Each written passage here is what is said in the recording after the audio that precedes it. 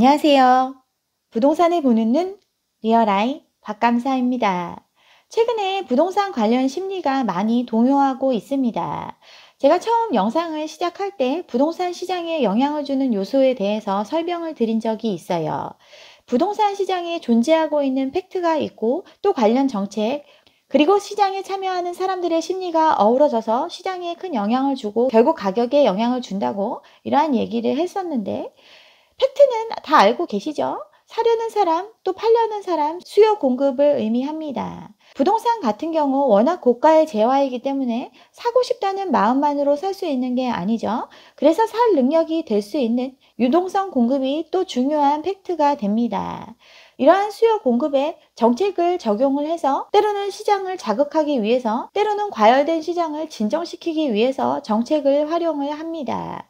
세금도 이에 해당이 되고 실거주 요건 강화, 분양가 상한제, 또 대출에 대한 규제, 이러한 정책들을 펴면서 수요 공급에 영향을 주고 있습니다. 또 굉장히 중요한 한 요소가 있죠. 시장을 정상적인 상황보다 훨씬 더 과열되게 만들거나 또는 훨씬 더 냉각되게 만들 수 있는 게 바로 참여자의 심리입니다. 심리는 팩트에 영향을 받아서 결국 사실과 같은 방향으로 갈 수밖에 없는데 이러한 심리는 시장에 변곡점을 가져오는 역할을 합니다. 물건을 팔아야 하는 사람들, 무엇보다 중요한 게 바로 광고죠. PPL 광고 많이 들어보셨을 거예요. 협찬을 대가로 영화나 드라마에 기업의 상품이나 브랜드 이미지를 끼워 넣어서 광고하는 방법인데 이러한 방법을 통해서 상품을 거부감 없이 소비자에게 인식을 시키고 또 선호도를 만들어내는 방법이 바로 PPL입니다. 또 다른 광고 기법, 뒷광고도 있죠. 예쁜 연예인들이 자기가 쓰는 화장품이라고 하면서 막 소개를 하는데 알고 보면 광고였던 거, 이러한 방법을 통해서 사람들의 심리를 자극하는 고도의 마케팅 전략이 필요한 게 바로 광고입니다. 광고를 하는 이유, 상품을 홍보하거나 팔기 위해서 하는 거죠. 아파트도 하나의 상품입니다. 이걸 광고하는 방법, PPL이나 뒷광고로 하기 굉장히 어렵죠. 그리고 몇만 원만 살 수 있는 충동구매성 상품이 전혀 아니죠. 사려고 마음 먹으면 평생 갚기도 힘든 규모의 빚을 지고 사야 되는 물건이기 때문에 더 교묘하고 더 고도화된 방법으로 광고를 할 수밖에 없습니다. 굉장히 교묘하고 지능적인 방법으로 광고를 하는 거죠. 어쨌든 사람들이 사고 싶다는 심리를 만들어내야 물건을 팔 수 있습니다. 어찌 보면 부동산 같은 경우는 만들어진 심리를 통해서 팔 수 있는 물건이라고 볼 수 있어요. 가장 많이 활용되는 것 바로 실거래가죠. 집값을 새우깡 한 봉지에 1,500원, 이렇게 어디 가든 똑같이 살 수 있는 물건이 아닙니다. 그래서 개별적으로 거래되는 거래가를 가지고 이게 얼마 정도 된다고 가늠해서 사게 되는 물건이죠.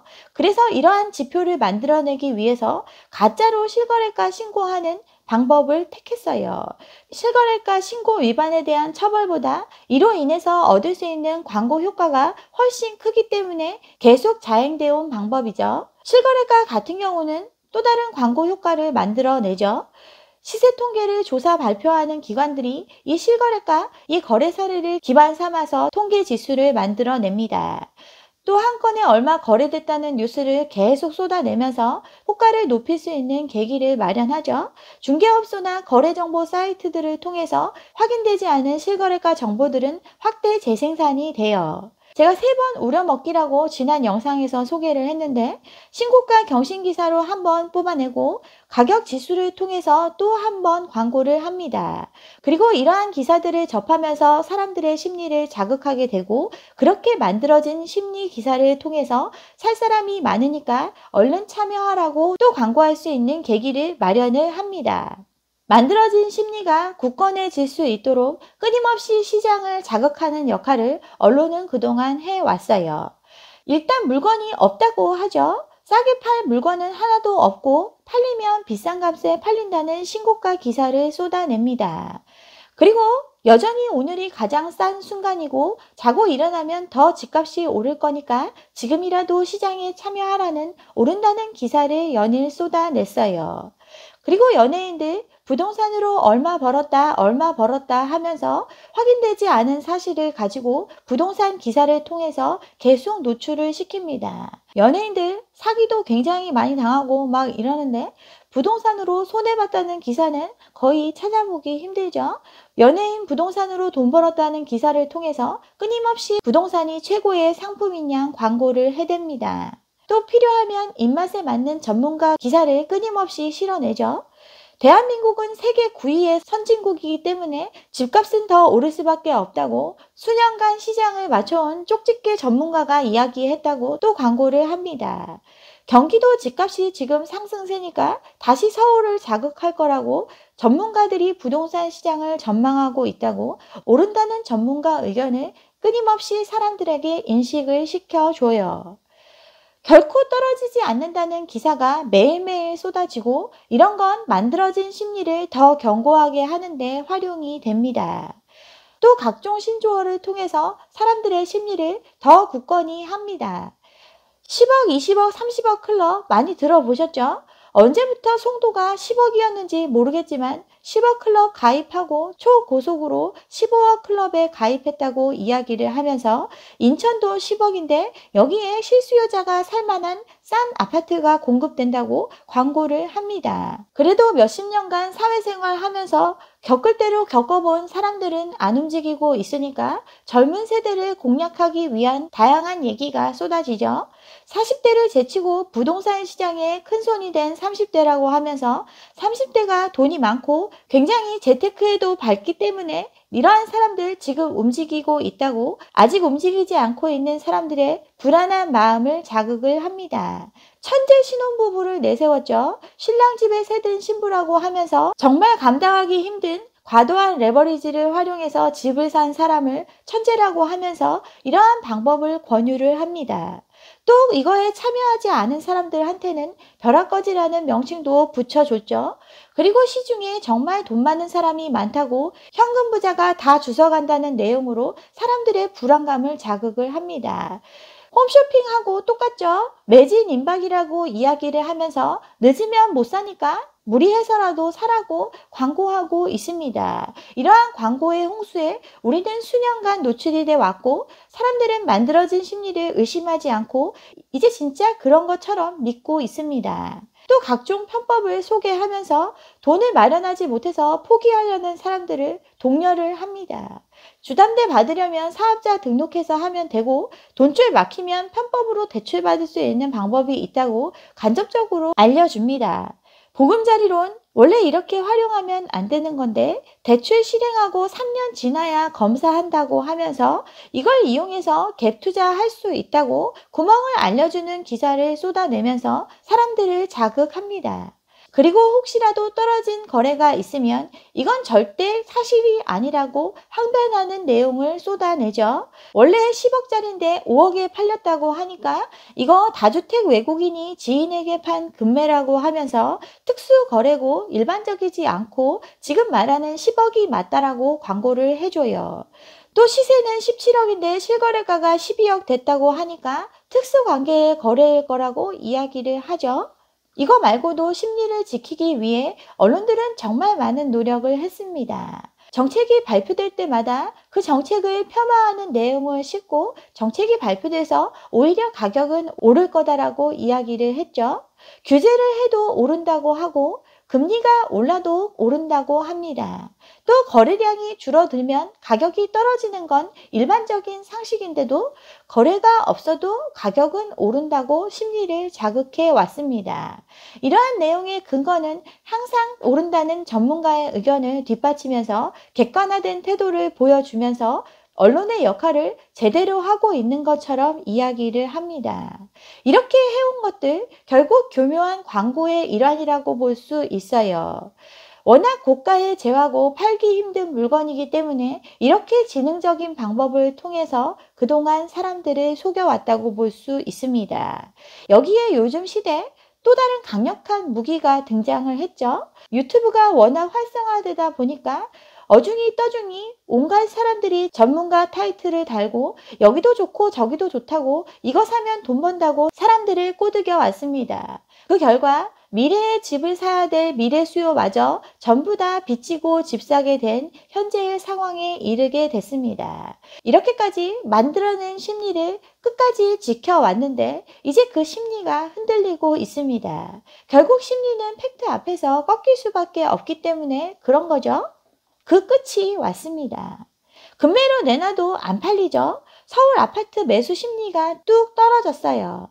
기준선 100으로 봤을 때 지금 8주 연속 하락하면서 100 정도를 기록하고 있습니다. 서부권 같은 경우에는 6개월 만에 100 이하로 떨어진 상황이죠. 그렇게 심리를 지지하기 위해서 지금 이 순간에도 똑같이 광고를 하고 있는데 이 심리가 꺾이고 있습니다. 그동안 한 목소리로 오른다고 얘기했던 전문가들, 개별적인 전문가들 입장을 바꾼 사람도 있고 아닌 사람들도 있지만 기사는 입장을 바꾼 사람들의 의견을 좀 더 반영을 하고 있습니다. 공급 부족이라고 그렇게 노래를 불러서 당장 무리해서 사게 만들었는데 여전히 바뀐 건 없다고 하는데 매물이 늘어나는 등 하락 신호가 나타나고 있습니다. 그러니 전문가들도 집값 예측이 불가능하다고 하면서 오른다는 사람도 있고 내린다는 사람도 있다고 이제는 좀 완화해서 이야기하고 있습니다. 거래가 사라진 지 오래죠? 전국 부동산은 지금 파리만 날리고 있습니다. KB국민은행에서 매매거래지수 조사를 했는데 2016년 6월 이후에 최저치를 기록하고 있습니다. 거래가 활발하다고 대답한 공인중개사무소가 단 한 곳도 없었어요. 10이면 10, 100이면 100, 전부 다 한산하다고 얘기할 정도로 지금 거래가 안 되고 있습니다. 거래가 안 되고 또 매수매도 지수도 매수자 우위 시장으로 돌아섰죠. 매수자들은 이제 관심조차 안 주고 있는데 팔려는 사람이 더 많아지고 있습니다. 서울은 절대 안 떨어지고 서울은 사려는 사람이 너무 많기 때문에 항상 매도 우위라고 했는데 서울도 떨어지고 있어요. 부울경 해가면서 그렇게 뛰었던 지방 같은 경우, 특히 대구 같은 경우 37.6을 기록하고 있습니다. 매도자가 훨씬 많은 상황이에요. 다 안 판다고 그렇게들 얘기했는데 팔려는 사람이 이렇게 늘고 있습니다. 여기에 돈 많은 사람 많고 내가 산 것보다 다 비싸게 사줄 사람 천지에 널렸다고 그렇게 광고들을 해댔는데 지금 돈 구할 길은 계속 막히고 있습니다. 실수요자 대출은 막아서는 안 된다고 그렇게 사람들 자극해서 결국 대출의 총량 규제에서 이 부분을 뺐는데 은행 자체적으로 심사 강화에 나섰죠. 전세 잔금 대출에 대해서 심사를 강화해서 증가율을 관리하고 있습니다. 특히 전세대출 같은 경우도 원리금 상환 요구를 하려고 하고 있죠. 이처럼 돈이 휴지라고 떠든 게 얼마 전 일인데 돈 구하기가 힘든 게 팩트고 그러한 팩트에 영향을 받아서 심리는 꺾이고 있어요.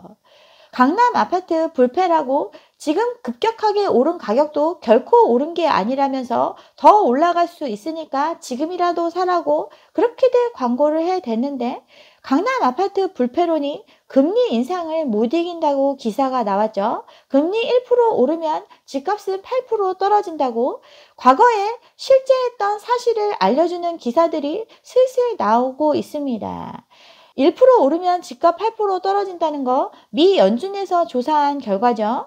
우리나라 같은 경우도 2010년부터 기준금리를 올리면서 같은 해 하반기부터 실거래가 하락이 계속되면서 그 하락세가 수년간 이어진 사실이 있습니다.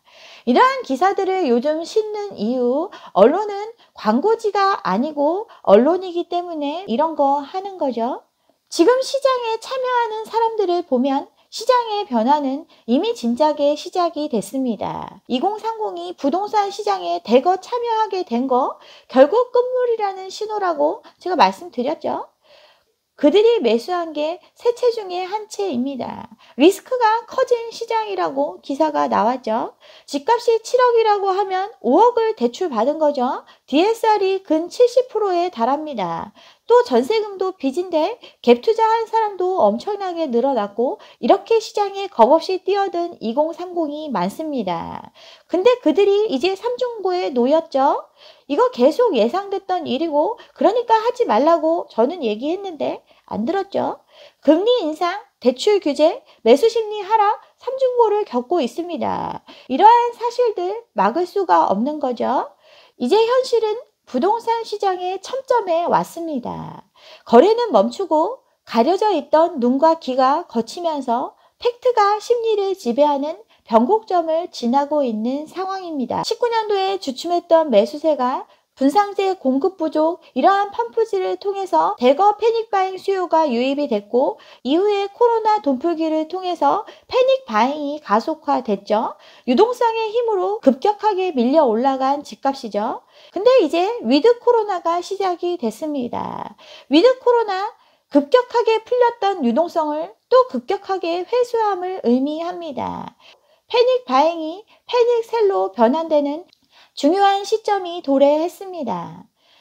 한번 올라간 집값은 절대 안 떨어진다는 얘기들 막 하시는 분들 있는데, 하루아침에 수억이 올랐다면 하루아침에 수억이 떨어질 수 있는 게 부동산입니다. 너무 조급해하지 마시고 관망하시면 되겠습니다. 네, 여기까지 오늘 준비한 내용이고요. 오늘 제 영상이 좋았다면 좋아요와 구독 잊지 마시고 다음 영상도 함께 해주시기 바랍니다. 감사합니다.